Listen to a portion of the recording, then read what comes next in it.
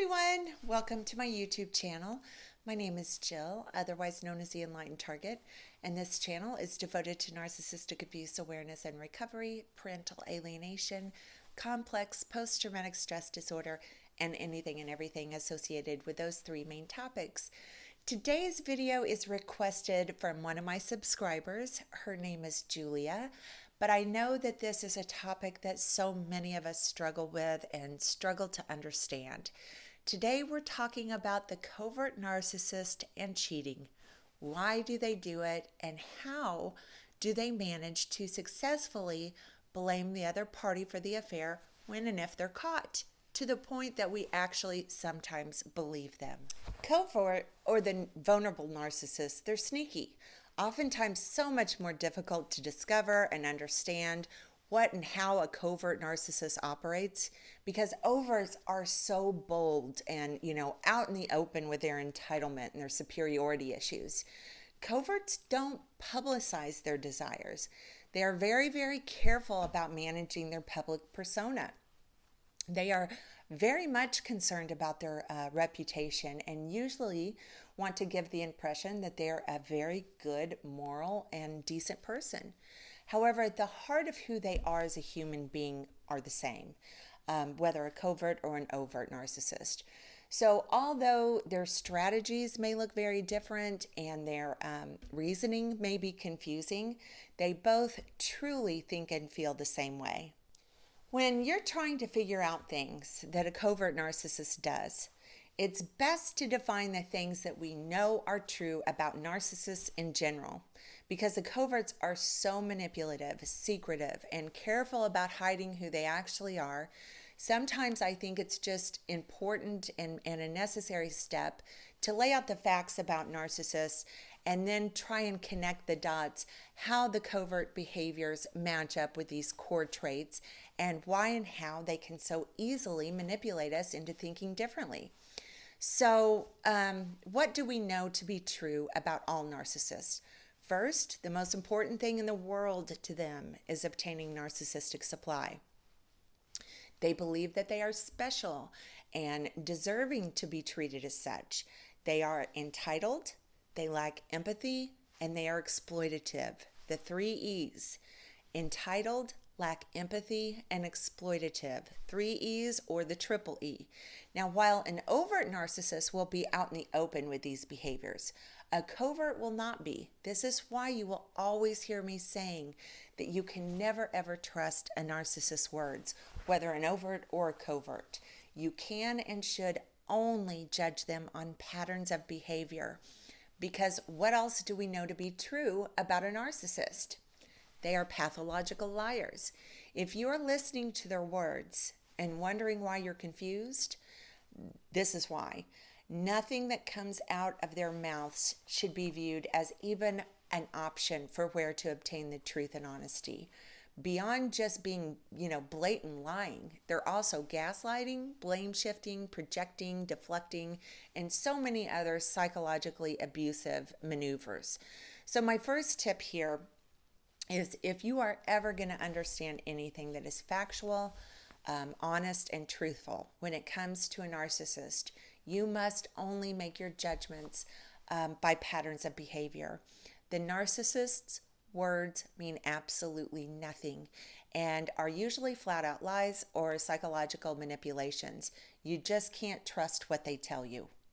So many times people who have had a long-term relationship with a covert narcissist don't really realize the extent of their behaviors, because they are so sneaky and so proficient at covering up their tracks with this holier than thou, good person, good citizen, and many times good Christian crap. But their facade is very well crafted. They seem to walk the walk. Seem being the operative word. They seem to be a lot of things that they actually aren't. You must remember that a narcissist's biggest fear is exposure, and that goes double for the covert narcissist. So coverts will go out of their way to give the impression that they are good people. So why do covert narcissists cheat? Because they believe they're entitled to do so. Because they lack empathy for who they are cheating on, and what that person will go through. That's little to non-existent in their mind. And because they're exploitative, the 3 E's. So when given the opportunity to take advantage of a situation where they believe they can get, some action on the side, why not exploit the person, the mistress, and their partner?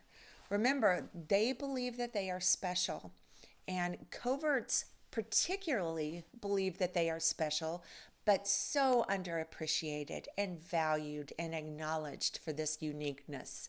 They feel so slighted by life. They feel they are owed so much more than they were ever given. They feel as though they have been victimized and no one has ever given them their fair due. So when another woman or man comes into the picture, this feeds their need for narcissistic supply like no one's business. It's first and foremost all about narcissistic supply. If they have been married and playing by the rules for a long period of time, and something presents itself and validates these beliefs of superiority that no one has acknowledged or acknowledged in their mind, and they believe that they can get away with this, the chances are nearly 100% they're going to do it without so much as a second thought. They gain fuel also from the triangulation between the partner and the mistress. That is tons of narcissistic supply to them. They are so consumed by the need for supply, the beliefs that they're special, and the belief that they're so underappreciated for this specialness, that when an opportunity arises, they're going to jump all over it, unfortunately. And they can do it easily because they don't feel empathy, and they believe they're entitled to do so. The second half of Julia's question was, how is a cheating covert narcissist able to convince his wife that it is actually the other woman's fault for the entire affair? So let's talk about the fascinating ability the narcissist has to manipulate, blame shift, and guilt trip other people, because that is truly the covert specialty, in my opinion. So the wife catches her husband, let's say her husband of 20 years of having an affair. I have no idea how long they've been married. I'm just using 20 years as an example. And the covert narcissist blames the mistress for the affair to the extent that the wife believes it. How do they do this? Well, first of all, you have to remember the covert narcissist fears exposure. They care deeply about their reputation and maintaining a facade of being a good, moral, decent human being. They definitely do not want to take the fall for what they've been doing. They don't want to be exposed for this either, for who they truly are. So it makes sense, that they would throw all of the accountability onto the mistress. And because they have maintained this good person facade for so long to everyone, including us, it's very easy to fall into the trap that it isn't their fault, that this isn't their true character, that this other person must have done something terrible to be able to have convinced him or her to cheat.